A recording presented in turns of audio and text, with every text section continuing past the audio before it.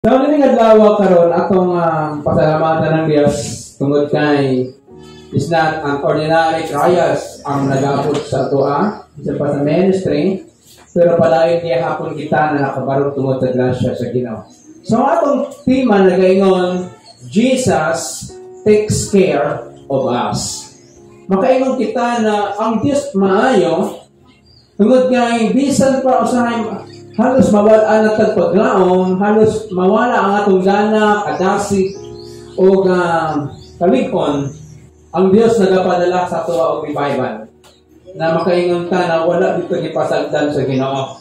That's why, akong tanawon, kini mga Kristohanon ng panahon ni Apostol Peter, because kini 1 Peter and 2 Peter, gisulat directly to the Jewish Christian 12 tribes sa Israel na nakasinati sa nagkalalaing mga problema sa ilahang mga pagpangangad sa Ginoo tungod sa persecution. Amen? Now, ang Christianity sa ilang panahon, it is a very beginning was makayon kita na grabe ang challenge sa pagpangalagad na mga country na dili pareha sa tuwa na natin kagawasan. Eh kung naato sa China, naato sa North Korea or India, maybe naanay pulis dira ma-appeal dakpo na tabanay. So grabe kalisod ang ilang situation. But salamat sa Ginoo na dili sama sa ilaha ang mga pagsulay na atong ginagian karon. Now sa middle of century, na makita nato na lisod sa ilaha ang pagpadayag sa ilang mga pagtuo tungod kay grabe ang mga hanggat o pagbukod tungod sa ilang mga ginatindugan nga pagpamalagad sa Ginoo. But from the very beginning, ang simbahan o ang mga Kristohanon gina-persecuted sila na naman tungod sa ilang pagtuo. Lahi ang atong persecution is about our emotion, our mental. So, ang nag-persecute ito deep inside. Pero ang ilahang gobyerno, patyon ka tungod kay nangalagad ka sa Ginoo. They were persecuted by the Jewish religious authority. So, tawa sa ilaha, tungod kay para sa ilaha, ang kasuguan lang ni Moises ang dapat nila sundon o ang ilahang subayon. Pero sa nag-abot si Jesus, muna ginadumtan nila ang mga taong nangalagad sa Ginoo. Pareha kay Saul. Si Saul, sa nakonvert sa giisda niyang pangalan na nahimo siyang Pablo. Yung tatuma, sa wala pa ta nangalagad, wala ka ginatawag ng mga anak sa Diyos. Hindi nangalagad ta, giisdan ta as a children of God. Sa kinabuhi sa mga Roman Empire, persecuted ang mga Kristohanon. Grabe ang pag-persecute sila ha. Ginapatay sila tungkol sa ilang pagpangalagad. Pero at the same time, mapil nato o makita nato sa history na bisan gihalad nila ilang kinabuhi, ang Dios o ang Ginoong Hesus na adunay gyapon kahingawa sa ilaha. Kini isulat ni Peter dili lang sa mga gi-persecute na mga kasimbahanan sa ilang panahon. Even sa ato ang adlaw, disulat kini to everyone sa matag usa na naay mga struggle na ikinabuhi ang ilang pagtuo. Kaya struggle mo kasi yung pagtuo, kana pang nagtuon ka, magpadayon ba ko? Umuundan na ko. Murag wala may development. So sa ilaha, ang magsulay sa ilaha mismo ng ilahang mga pamilya na dili Kristohanon. Na naman, physically persecuted. Kung naay mga sekreto, kung saan na to na maging epektibo ta, even in the end of this year, last Sunday of the month of December 2024, na padayon nato kinisang himuon ug hantod sa pagkatubang sa 2025. And verse 6 in chapter 5 sa 1 Peter, therefore, maugani, humble yourself, ipaubos ang iyong kagalingon under ilawom sa gamhanang kamot sa Dios. Then He may exalt you in due time. Iya ka mong ituboy sa tama nga panahon. Wala ba kausulagan karon atong panginabuhi? Yun sa Bible, in due time. Sa tama nga panahon, maybe di pa timing karon para mauswag ka, di pa ang timing karon para magmalipayon ka. You are now sa panahon na ginasulay, ginasukod ang imuhang loyalty sa Ginoo, pero naay kahumanan ng tanan. So, number one, ang Ginoo kanulay sa nag-care, pero naasay mga gina-required para makalihok siya. Kung wala ni dili sa makalihok sa itong kinabuhi. And verse 6, nagapakita ni the first secret, una nga sekreto na mahimo kang epektibo bisa na ay mga problema o sa imong kinabuhi pagka-Kristiyano. Number one, be humble. And verse 6, therefore humble yourself under the mighty God of God. Mighty hand of God. Unsa ba ang word na humble diri sa maong teksto? Ang Grego niya kay kining New Testament na sulat sa Greek. And the Old Testament, Aramaic and Hebrews, especially the book of Daniel ay part nila na gitawag nato na Aramaic. But the New Testament is Greek. Ang Greek verb, hingutag verb, dili nilang gama. Hingutag sa English is verb, noun, pronoun, adjective, adverb. Hingutag verb, mao ni sa ang nagalihok sa maong istorya o ang Greek verb sa humble, it is a passive voice. Ano sa ba ang passive voice? When the subject of a sentence receives the action of the verb rather than the performing action. It means, wala man sa nagalihok, pero ang iyang function, mura sa nagapakita o paglihok. Kinagitawag nato in verse 6 na humble o humbleness. Kung kinagitawag sa be humble. It means, ang action niya is be. Kaya imong ikinabuhi, imong i-practice ang pagkinabuhing magpaubos. Sa unsa man, ilawom sa gamhanang gamot sa Ginoo. Kamot sa Ginoo. It is the hand of God that is humbling us. Mao ni ang kamot sa Ginoo na naghimo kanato na magpalayon magpaubos para padayon pud siya makapakita sa iyang gahom. Di sa makapakita sa dihang maabot ang karbo sa itong kinabuhi. We are instructed to allow God to humble us. So na ay mga pangitabo sa itong kinabuhi, labi na ang mga first readers, ang mga Hudiyo at that time, di-persecute sila. But katong mga persecution na ilang nagian sa matag adlaw, ang ilang mga frustration, ang ilang pagdismaya, mao ni sa ang nagatuklod sa ilaha na magpaubos pa yun. Only kung ato ang ipaubos ng magalingon, maabot ang panahon na ibayaw ta sa Ginoo. Kana makaingon ka, salamat. Hindi kinang gihaguan ni mo, no? Pero palayon ragyapon ka, maabot ang panahon, murag, ito, ay, salamat kung wala ako nakapalayon, wala din yung balaya. Wala din ako ang income karon. Wala ko na kauman sa pag-eskwela. Na ay mga makita nato na mga babae. Pero na ay mga ginagamit ang Diyos, mga butang na para magpabilin tang mapaobsano. Number one, He uses other people. Sa panahon sa mga 12 tribes na mga Kristohanan, gigamit niya ang persecution sa Roman government at that time. Disiti mo kinabo, may mga tao ba usahay makaingon ka, wala man ang maghilabti na nang itandog man ka. But in part sa plan sa Ginoo, nagigamit ang mga tao para magpabiling kang mapaobsanon. Na mga butang, na mga time na ay mo kurik sa tuwa, hindi na maligaya, no? Maglagot ka, kung gani, kurik-kurik ka sa tuwa. Di ba? Usahay na yung argumento sa itong mga nahuna, but wala na kapalo na katong mga pamaagihan niya, gigamit sa Ginoo para magpabilin ta na magpaubos sa tubangan sa Ginoo. Unsa pa ang mga ginagamit sa Dios para magpabilin ta mapaubsanon? He uses tragedy and loss. Gigamit niya ang mga trahedya, gigamit niya ang mga balatian, gigamit niya ang mawalan tagkwarta, gigamit niya ang mga disgrasya para magpabilin ta na manawag sa Ginoo. Kaya ang taong gapaubos, kanunay na manawag sa Ginoo. Sa panahon na di na ka manawag sa Ginoo, naanak ka sa garpo. Ano man, ipakita niyo muli, kaya na ako ni Lord, na ako'y trabaho, na ako'y kilala, na ako'y influence, na ako'y mga mutabang sa kuha. That's why ginaalaw sa Ginoo mawala katong mga tabang para ang Ginoo lang ang imong duulan. Amen? Romans 8:28, that all things work together for our good to those who love the Lord. So kining humility o pagpaubos ang pasabot accepting God's role instead of ours. Pagdawat mo na ang pagdumala sa Dios sa imong kinabuhi. Muna ang pagdawat na bisan wala ka kasabot sa imong situation.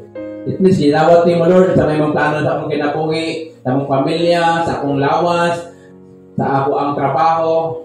Hindi ka kasabot ng mga question, ng mga argumento, Lord, na naman eh. Pero ginawat mo, nasayod ka na God will never make a mistake. Mauna ang nagapakita na nagapaubos ka. The word humility in the Greek language, sa ay Griego nga sinultihan ang word na humility, it means to make low, to abase, to make small, or to weaken. It means, tining Griego, na kahulugan niya ay sana low profile lang ka, kasi kabalo ka, relax na ka, unless kung pangutanon ka, mutupag ka, unless kung pahimuon nimo, himuon nimo, na yung mga tao mga gulag, hindi kabalo ko anak, tanawan, nagtiwasan. For example, guba ang speaker na ito. Isa kabalo mo ayo. Kabalo lagi. Sinay tabo, nasunog. Nasunog. Na naman, sana, hindi ka kapalo, tugod ka, di ka gusto mubo ang pagtanaw nila sa imo, ha? So, dahil lang gitawag nato na humility sa Bible, na bisan kabalo ka, dili mo, wala kang napakita-kita sa mga abilidad, unless kung kinahanglan yun ang imong presensya. Mauna ang mga tao na ginatabangan sa Ginoo. Mauna ang mga tao na ginapadako sa Ginoo sa tama nga panahon. When we humble, tadi magpaubos na, we are mid-low. Kalmado lang ta, hindi ta magpakita-kita kung unsa ato ang abilidad. Then, muabot sa senses sa ato ang kaluyahon, then, mauna ang ginungdan na musalig ta sa Ginoo. Jesus take care of us. God take care ang Diyos sa matagusa, pero especially sa mga kapaubos. Tamayon ka, sa bilang, katawaan ka, ay pansin na, hindi mo kang dautan, don't take revenge, ikaw makabalos na ko, sa dahilan, mabot ang panahon, na kapag mga nagdagdaog ni mo, maabot ang unang mamalakpak sa imong kadaogan. Pero kung mabalos ka, ikaw niya kung magkinahanglan sa ilang imong gibalusan. Mabot ang panahon na katong mga nagadagdaog sa tuwa, mauto ang magkinahanglan sa tuwa. Kaya kung mabalos ka, magkinahanglan dyan punta sa ila. Sumusamot ang ato ang frustration. Makapatitag ang mga insulto. Just humble lang, paubos lang. Ayaw pansin na sa mga kasakit na mga gisulti nila from January until now. Ipawala sa imong dalungan, may Diyos man nakabalo sa tanan. Muna sa Bible, and verse 6, therefore humble yourself under the mighty hand of God, that He may exalt you in due time. Ako ang panahon na sa pananaw sa mga tao na nag-insulto sa ato, i-promote ka sa Ginoo. Di nagkakatulog noon kay the more kanila na gina-persecute, the more kanila ginadaot, the more na ginabless sa Ginoo. Gusto pa ka, anak? Pero kung ginadaot ka, ginapasagitan ka, musukol ka, the more ka ma-frustrated. Pero magpaubos na ka, the more ka i-bless sa Ginoo. Matingala ka na, mas nindot pa niyo kinabuhi, gising ginadagdaot ka, nindot pa niyo pagkatulog, nindot pa nang imuhang ginakaon. Nabisan pag tinuod ang gisulti tungod gina-bless sa Ginoo ang mga taong nagapaubos siya matubangan. Verse 7, casting all your care upon Him, for He cares for you. Ang unang sekreto para may mong epektibo ka, then makalihok ang Ginoo, be humble. Kung sa mga humble, kanang make low lang ka, low profile, hindi ka magpakita na may abilidad ka unless kung kinahanglan din gina-require ang iyong presensya. Ikalawa, be dependent. Hello? Kung saan ang word na dependent? Ingat ang independent, it means nabuhi ka sa panangkamot mo, way ginikanan, way mutabang, way parinting, pero kining dependent ka na anak sa Ginoo, dili ka mabuhi kung dili ka makapuri sa Ginoo, dili ka mabuhi kung dili ka kabasa o dili ka kasimba. Kaya mauna ang mga dependent na mga anak sa Ginoo. O mauna ang mga tao na makalihok si Ginoong Hesus sa ilang kinabuhi. Casting all your care. O ba ang Greek word? Ano man kinahanglan ng Greek word? Tungod kay ang New Testament, di mo na ko ganina, gisulat ni sa Greek. Di-translate lang ni sa atong lingwahe, sa Bisaya o sa man yung tribo, para masabdan nato. Kung original niya, mauning Grigo o Greek. The Greek word of translated care. Langin isa sa care, o duha ka care ang atong mabatahan diri sa English sa verse 7. Casting all your care first, then He cares for you. Managlahi na ang ilang mga meaning sa first stanza and the second passage. So, ang Greek words, it means, or anxiety, means, ang imo jud na ginakaligdan, imo ginagibukatan, is used to express burden that comes with anxious care and apprehension. So, ang care na sa 1 Peter 5, verse 7, kining casting all your care, it means itugyan, ilabay ang imong gibukaton. Ang imong burden. Sa mong burden niyo? Sa mong burden? Kanang imuhang inapasan, imong problema, itugyan na nasabtan ni mo sa imong problema. Ano?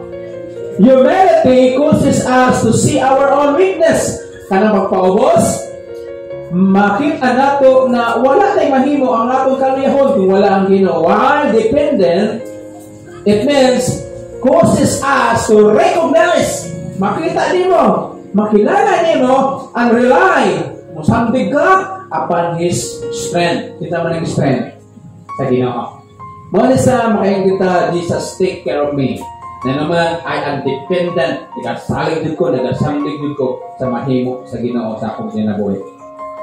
And within the context, ang context sa verse 7 in chapter 5, 1 Peter, it's, we are being told, gisultihan ta, that God often, permi, ang Diyos permi, nag-allow difficulties to come in our way sa atong mga kinabuhi to teach us both our own weakness and His supernatural strength. Para makita nato na what ay mahimo kung wala ang Ginoo. Kung makita po nato ang kamaayo sa Ginoo.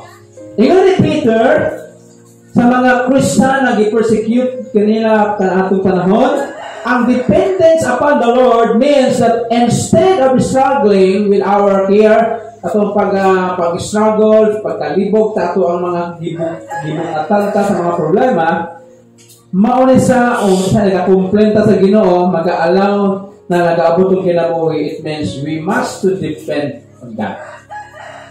Idepende na to, Lord. Wala ko gusto kung wala ka. Di ko kalahutay. Di ko kapangitag kwarta yung hanin na kantidad. Di ko makasolve ang problema kung wala ka. That's why, ingon niya, casting all your care. Tanahan mo all. Burden mo, panimalay, relasyon sa pamag-asawa, galastuhan sa panimalay, pag-eskwela sa mga anak, pagtrabaho, ginabati nga sakit, tanan na. I-casting, itugyan niyo, Lord.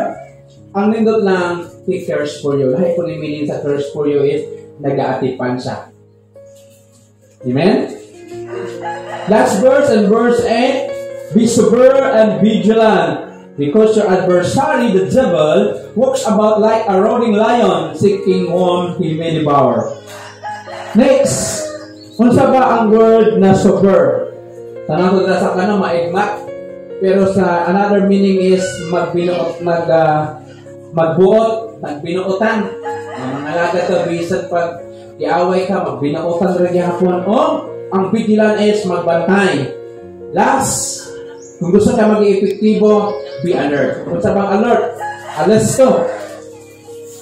The verb translated sober and vigilant, ang but pasabot sa mga magmaigmat o magbinuotan o magbinantayon, it means, a literal means to be mentally calm and alert. Bisin na kay problema, bisin na kay mga kalisod, mentally calm ka, means ang imong mind, kalmado kayo, mauna ang alert. Dili na magpanik ka, wala ka unsa man ni tubo, basi kung cancer ni, basi kung cyst ni, basi kung ubag ni, o sa diya. So, kailangan yun ka na be alert. Imong mind dapat be in yourself. Ang focus mo dapat dili mawala. Amen?